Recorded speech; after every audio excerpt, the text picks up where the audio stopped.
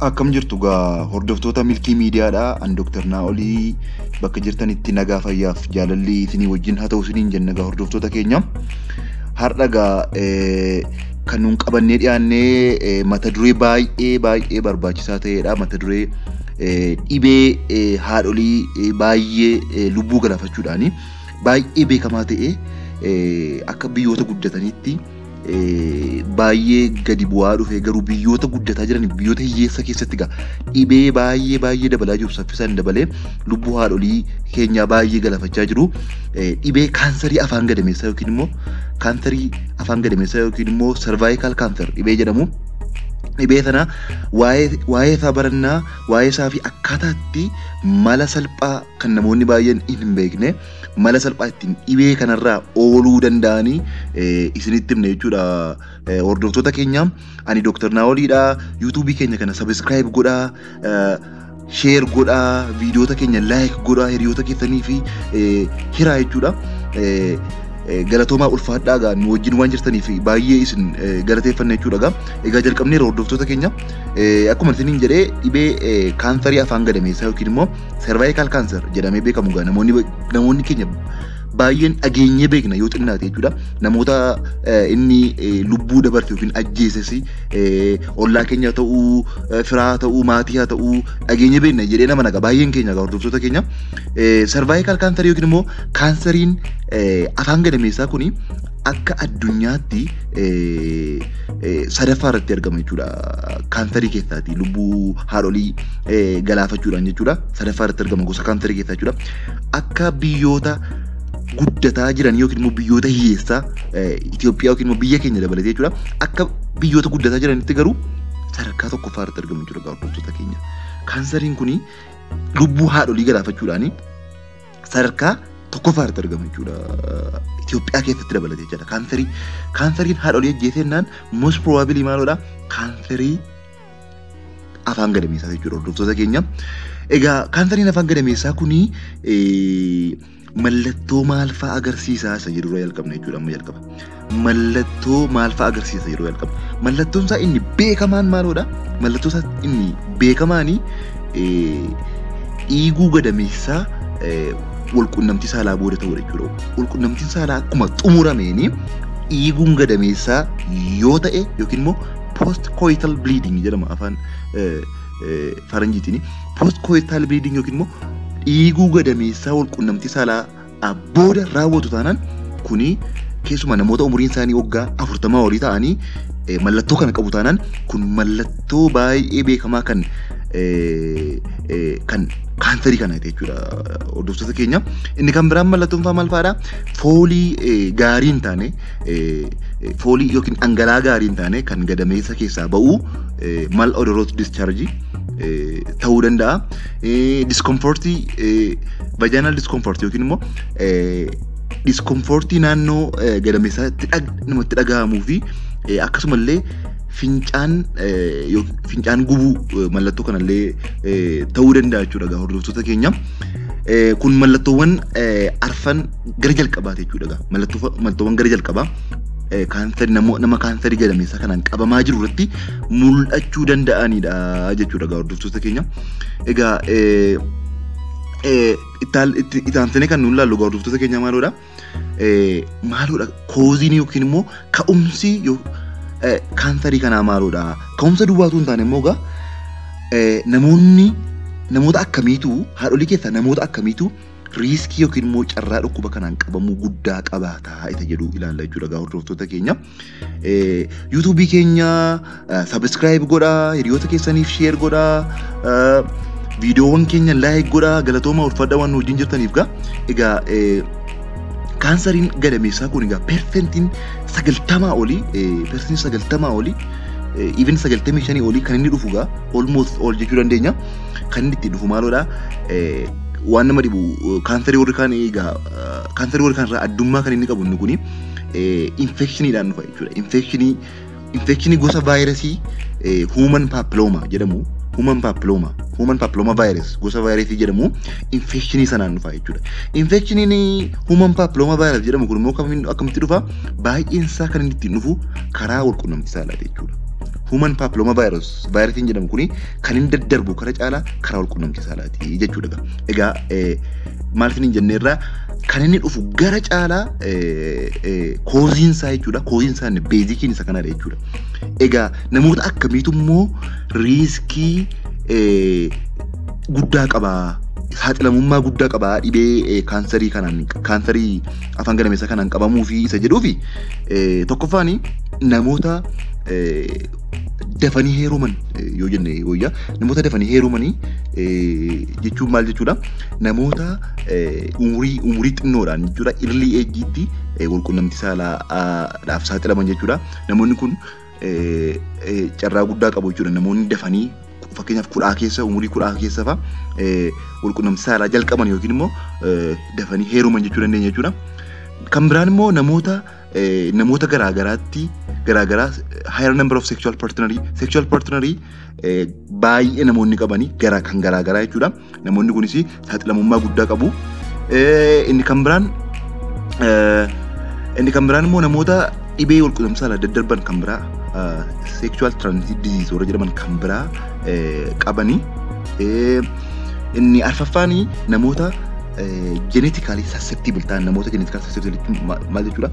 Genetically namoonni saaxilamummaa qaban jiru. Kan biraan qorannoowwan tokko kan mul'isanitti maaloodha?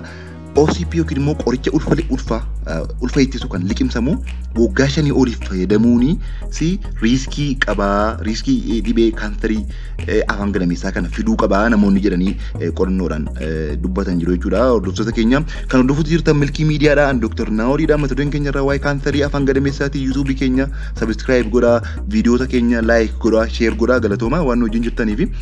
Egaa namoonni amma isinitti hime namoota saaxilamummaa qabanidha. Itti dabalataan immoo namoota akkamiidha? Namoota dhibee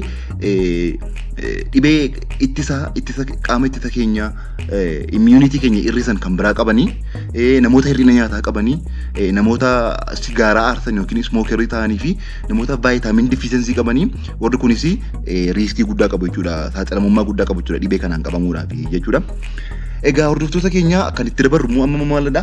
Egaa ergi kana hubanneeti screeningii isaa jira jechuudha. Screeningii isaa hin gaggeeffamu jechuudha. Screeningii dhibee kanaa jechuudha. Egaa screeningii dhibee kanaa waggaa 21 gaditti hin barbaachisu, recommended miti jechuudha. Waggaa 21 hanga 29 warra jiran immoo dubartoonni jiran immoo every 3 years waggaa 3 yoo ilaalaman gaariidha. Namoonni waggaa 30 haga 65 jiran garuu warra riiskii guddaa keessa jiran jechuudha. Dubartoonni waggaa 30 haga 65 jiranii dhibee kanaa fi saaxilamummaa guddaa lafanitti jiru waan ta'eef gosa qorannaa lama jechuudha. Screeningii gosa lama waggaa 5 gochuu qabu jechuudha. Inni kun kan nuyi maaru namoota nagaa ta'anidha.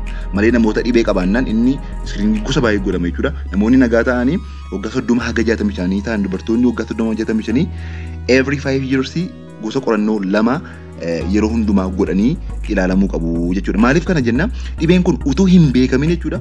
Utuu hin beekaminiti ergi faca'ee mul'ata baay'een isaa. Amma kilinikaalii inni nuti turre dhiiguu walqunnamtii saalaa booda yookiin postcoital bleeding inni isin jechaa ture maaloodha.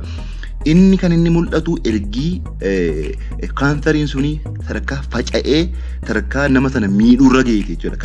Kanaafidha screening recommendation kuni kan inni jiru jechuudha. Eessatti godhama isa isinittiin hima jechuudha. Kanatti aansee jechuudha. Egaa akkuma isiniin jedhee screening recommendation kanaanii keessuma namoonni waggaa 35 gaa screeningii kana gochuun baay'ee barbaachisaa jechuudha lubbuu isaanii oolfachuudhaaf. Sababiin isaa osoo hin beekamini, osoo mallattoo tokko hin mul'isini achirraati salphaatti beekuu hin danda'amu jechuudha. Screeningii gaafa godhamu maayikirooskoppiidhaan wanti ilaalamu jira. Achirratti ilaalamee salphaatti dhaabuu hin danda'amu jechuudha. Irli yoo argame screeningii kanaanii dhibee kana balleessuu hin danda'amu jechuudha. Garuu screeningii irra darbee mallattoo agarsiisuu jalqabee faca'uu jalqabee jennaanii dhibeen kuni dhugaadhumatti namoota baay'ee galaafatee ajjeesaa jira. In ajjeesas jechuudha. Akka biyyoota hiyyeeyyiitti immoo ajjeesuudhaanii tokkoffaa ta'uunsaa dhibee mirkanaa'eedha jechuudha hordoftoota keenya. Egaa kan hordofuutti jirtanii Milkii Miidiyaadha. An Dr. Naoliidha. YouTuubii keenya subscribe nu gochuun dagatinaa. Viidiyoolee keenya like nu gochuun dagatinaa. Hiriyoota keessaniif immoo share gochuun dagatinaa jechuudha hordoftoota keenya. Egaa itti fufnagaa itti aansee kan nuun laallu maaloodha. Wal'aansi isaa hoo isa jedhudha jechuudha. Wal'aansi dhibee kanaa maaloodha? Wal'aansi yookiin immoo akkamittiin irraa of eegnaa isa jedhudha jechuudha. Amma kan irratti xiyyeeffachuu barbaade maaloodha? Akkaataa itti irraa of eeguu dandeenyu mala salphaa namoonni baay'een hin beekne dhibee kaansarii gadameessaa kana biyya keenyatti argameera jechuudha. Hordoftoota keenya malli salphaan dhibee kana ittiin of eeguu danda'an maaloodha? Kan argame immoo vaaksineeshinii jechuudha. Vaaksineeshinii yookiin immoo talaalliidha jechuudha. Talaalliin persentii 95 ol nama dhibee kanaan akka hin qabamne gochuu danda'u argameera jechuudha. Argamee hojiirra jira jechuudha. Even Itoophiyaa keessallee jira jechuudha hordoftoota keenya. Namni baay'een hubannoo kana akka hin qabne sababiin beekuudhaaf jechuudha kan irratti baay'ee xiyyeeffachaa jiru jechuudha. Egaa talaalliin kuni vaayirasii nama sila isinitti hime human papilloma vaayirasii jedhamu sanaa fi akkuma isinitti hime more than 95% kan dhibee kaansarii afaan gadameessaa fidu vaayirasii sanadha jechuudha. Isarraa kaa jechuudha isiniin jedhedha. So vaaksineeshinii yookiin immoo talaalliin human papilloma vaayirasii kanarratti xiyyeeffatee jira jechuudha. Kani persentii 95 ol namni akka inni kaansarii kanaan hin qabamne itti jechuudha jira jechuudha. Talaalliin kuni gosa garaagaraa jira. Inni beekamaan gaardasiil isa jedhamu jira jechuudha. Gaardasiil isa jedhamudha. Egaa talaallii kanatti fayyadamuudhaan biyyoonni guddatan jechuudha Yurooppii fi US'tti dhibee kana baay'ee waggoota 20 baay'ee hir'isuu danda'an jechuudha. Almost dhibeen kuni sadarkaa baay'ee hir'atee namoota darbee malee sababa fakkeenyaaf namoota raadiyeeshinii yookiin immoo cararii faadhaanii yoo koostee malee human papilloma vaayirasii kanaanii kan ka'ee dhibeen kun jechuudha cervical canceriin kuni mul'achaa hin jiru jechuudha sababii vaaksineeshinii kanaafi. Namoonni baay'een vaaksineeshinii kana quba hin qaban jechuudha nan beeka kana kanaaf isinitti hima jechuudha. Egaa wanti isin dhibu vaaksineeshiniin kuni Itoophiyaa keessallee jira jechuudha sa'aatii kanatti. Egaa wanta godhamuu danda'udha akkamiidha? Gaardasiil yookiin immoo human papilloma vaayirasii gosa 9 jechuudha. Gosa 9 kan bal'eessuu danda'u jechuudha. Vaaksineeshiniin immoo talaalliin kuni gaardasiil kan jedhamu jira jechuudha.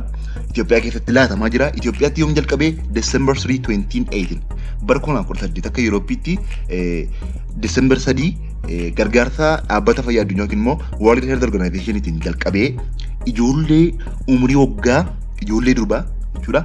Ijoollee durbaa ijoollee shamarranii umurii waggaa 9 haga 14tti jiran gidduutti laatamuudhaaf jalqabeera jechuudha. Garuu yeroodhaaf hir'ina vaaksineeshinii talaallii sanarratti mudateedhaanii ijoollee umurii waggaa 14 laatamaa jira jechuudha hordoftoota keenya. Egaa namoonni sagantaa kana hordofaa jirtanii kan shamarranii ijoollee naannoo waggaa 9-14 gidduu qabdan jechuudha.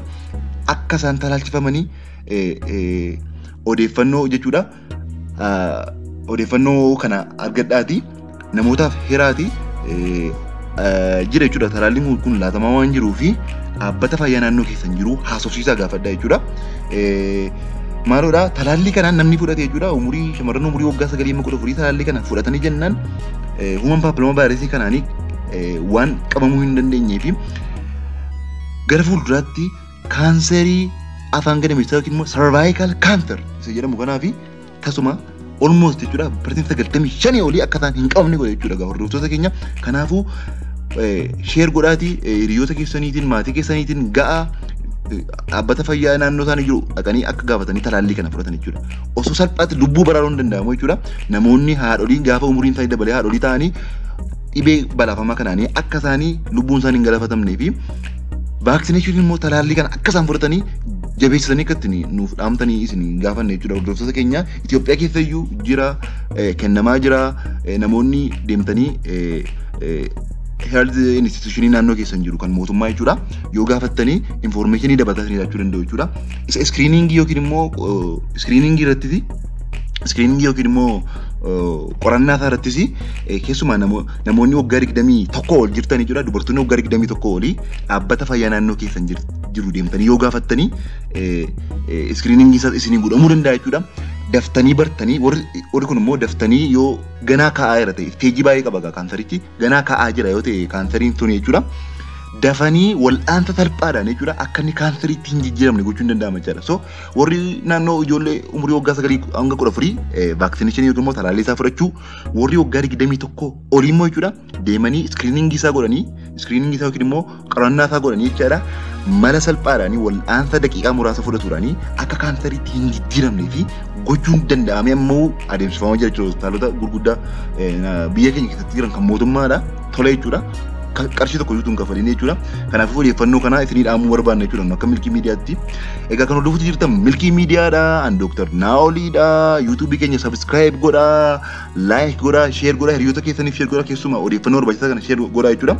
Egaa akkuma isinitti hime kaansarichi isteejii baay'ee qaba. Kaansariin sun isteejii baay'ee qaba jechuudha hordoftoota keenya. Isteejii isaa sana keessaati screeningiidhaanii akkuma screeningiidha argametti wal'aansi isaa immoo adda adda jechuudha hordoftoota keenya. Egaa screeningii kanaan isteejiin isaa ergee ba'ee booda maaltu godhama? Wal'aansa baqsanii hodhuu salphaadhaan jechuudha.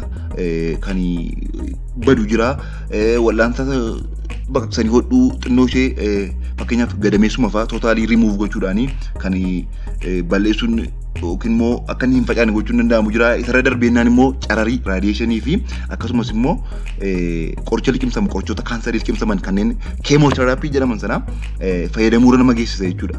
Garuu wanta isinii sagantaan kana kaayyoon sagantaa kana inni meeniin maaloodha hordoftoota keenya waa lamaadha jechuudha. Kaayyoon sagantaa kana inni meeniin jechuudha. Inni tokkoffaan maaloodha shamarran waggaa 9 haga 14 jiranii naannoo isaaniitti dhaabbata fayyaa naannoo isaaniitti jiru arga deemanii haasofsiisanii vaaksineeshinii yookiin immoo talaallii kan akka isaan sarvaayikal kaansarii kanaan gara fuulduraatti hin qabamne almost jechuudha almost sure 95% olii akka isaan hin qabamne kan godhu talaalliin jira laatamaa jira tola isa deemanii akka isaan fudhatanii akka itti nudhaamtanii inni kun ergaa keenya guddaa lamaan keessaati isa tokkoffaadha jechuudha hordoftoota keenya. Ergaan keenya inni guddaan lammaffaan egaa sagantaa kanarratti hordoftoota keenya maaloodha sarvaayikal kaansarii yookiin immoo kaansarii afaan gadameessaa kana nama baay'ee galaafachaa akka jiru beekna. Egaa namoonni riiskii guddaa kan qabanii dubartoota waggaa 30 haga 65 jiranii jechuudha. Haa ta'u malee waggaa 21 namni kaasa dubartiin kamiyyuu waggaa 21 kaasnaan jechuudha.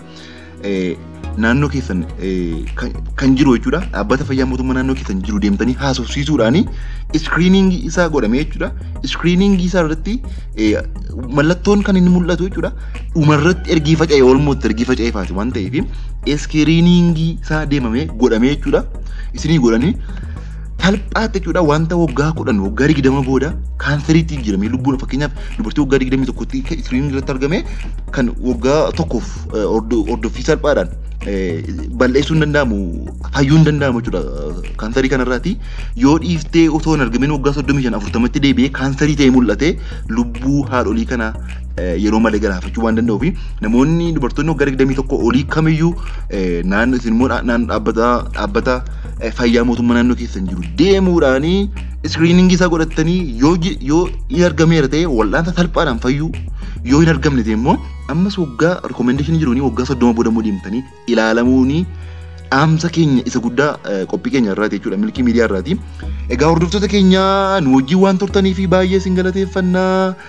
Kun milkii miidiyaadhaan Dr. Naoliidha. Viidiyoo keenya like nu godha, share nu godha, YouTube keenyaaf immoo subscribe nu godha. Waan nu wajjin turtanii fi galatoomaa deebanaa ulfaadhaatiin jennagaa nagaatti tura. Hanga mata duree biraadhaan deebinee wal agarrutti nagaan turaatiin jenna.